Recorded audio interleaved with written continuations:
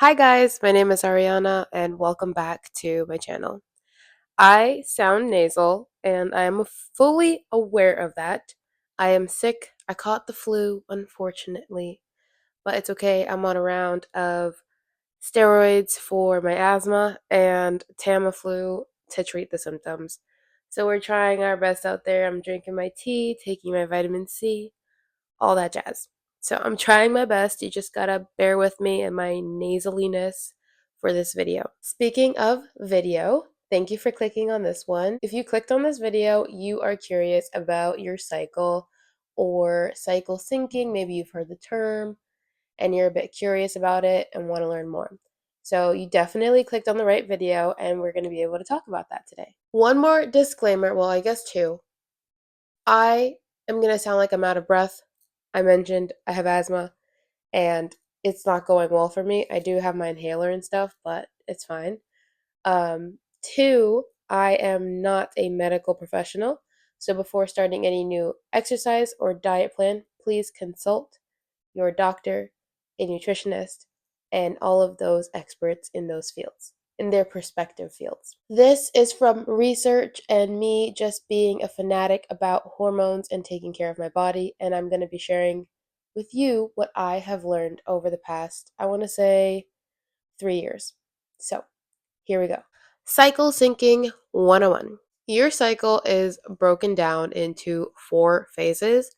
It is not just your time of the month, and it is not just, we don't just count your period. So it's going to start from your menstrual phase, which is the first day of your period. Everybody's everybody's menstrual phase lasts however many days is normal for them. You can have an abnormal cycle, but that is called an irregular cycle and something that you should talk to your GYN about. But normally, women range between 28 to 30 days. So if you're within that range, you're fine unless you're having some really bad symptoms like excessive bleeding or really bad cramps. You should also go and speak to your doctor about that. So let's start with the 4 phases. There are menstrual, there's follicular, there's ovulatory, and then there's your luteal phase. All of these are going to get their own season, and we're going to compare them to a season to make it a little bit more digestible for us to talk about. Your menstrual phase is going to last from about 1 to 5 days. Sometimes it can last a whole week, which is also fine, but it's going to be around 1 to 5 days. This is going to be your inner winter. So within that time, you're thinking of being more cozy, all things associated with winter. You're not really wanting to go out, seasonal depression. So, like, that's when the moodiness comes in, that mood shift, and all of that. So, let's think of it as the season of winter. That week is going to be our winter. Your energy is also going to be really low. You're going to want to take care of yourself a little bit more during this time. Um, you might be a little bit more sensitive, which is fine, totally normal. Don't let anybody make you feel bad about that. It is completely normal. Now, how can we support ourselves during this phase? You're going to want to eat foods that are rich in iron to help replenish the blood loss. You're going to want to eat foods rich in omega 3s to help improve our mood. Omega 3s also, according to my research, they help ease your cramps, which who wouldn't want to help with that? So you're going to want to eat stuff like that. You're going to want to eat foods rich in vitamin E to help reduce pain and inflammation, and vitamin C to help absorb the iron that you have to take in because of your blood loss. Some foods that you can eat, I have some here that are both vegetarian and animal based.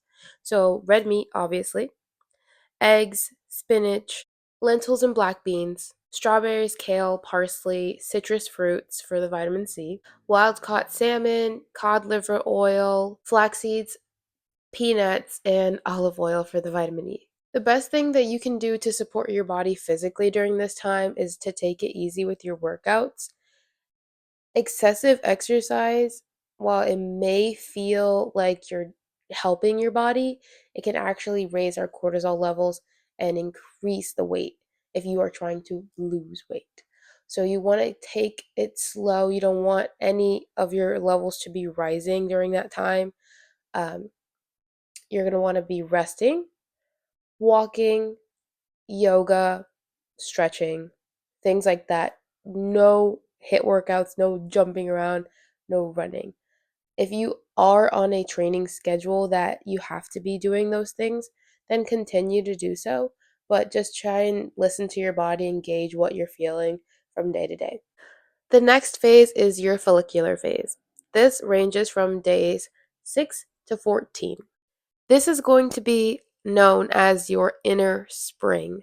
So things are starting to bloom, things are looking a little bit better for you. You're not in this phase of hopelessness or maybe moodiness. Your energy levels are beginning to rise here. You're going to want to eat very phytoestrogen rich foods. This supports a healthy rise in estrogen. You're going to want to eat foods rich in probiotics to help prevent estrogen dominance and support your gut balance. And you're going to want to eat foods rich in vitamin A and vitamin E to help healthy follicle growth.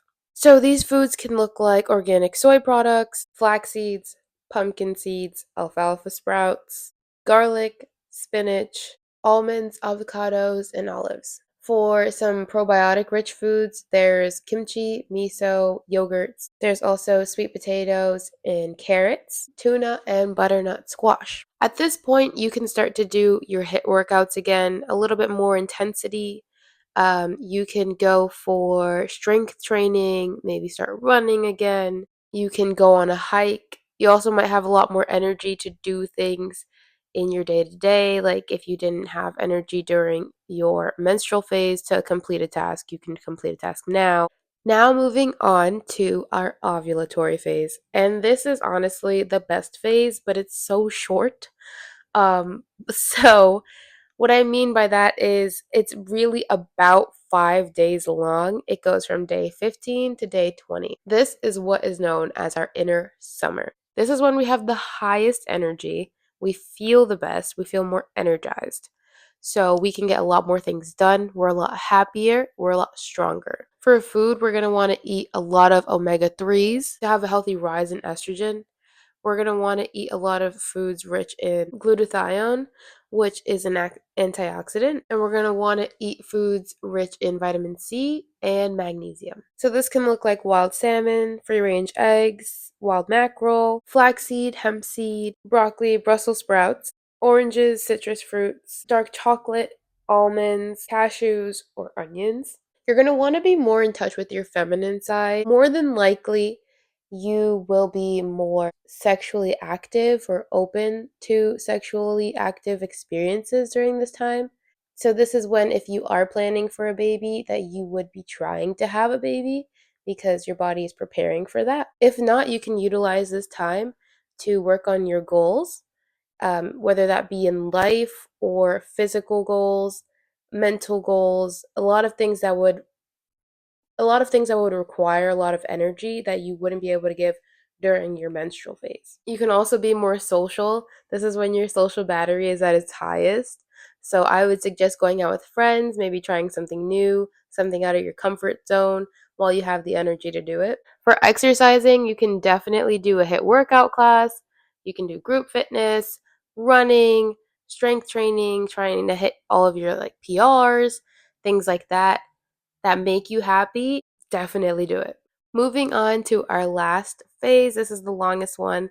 It is our luteal phase, and this ranges from day 20 to 28, depending on your cycle. Your energy here starts to decrease, so we're going to be looking for foods that are going to help support that. So we're going to be looking for B vitamins, vitamin D, potassium, magnesium, things that are going to help to calm us, help if we're having cramping, help with our mood shift. So banana, avocados, raw carrot, brown rice, lentils, buckwheat, dark chocolate, almonds, cashews, spinach. You're going to start to do moderate impact workouts, so Pilates, sculpt classes, maybe a hot yoga class, things that are going to still be challenging but not put too much stress on your body. So that was it for the 4 phases.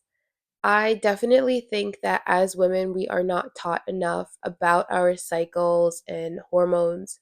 It is not common knowledge, and it's definitely not talked about enough, especially in school. In health class, this isn't even touched upon. So if you're looking to learn more about your hormones, definitely take to research, learn about how you can support your body. Everybody's body is different. So if you have any concerns, bring them to your doctor. See if cycle syncing will work, and if it could help you, then definitely try it.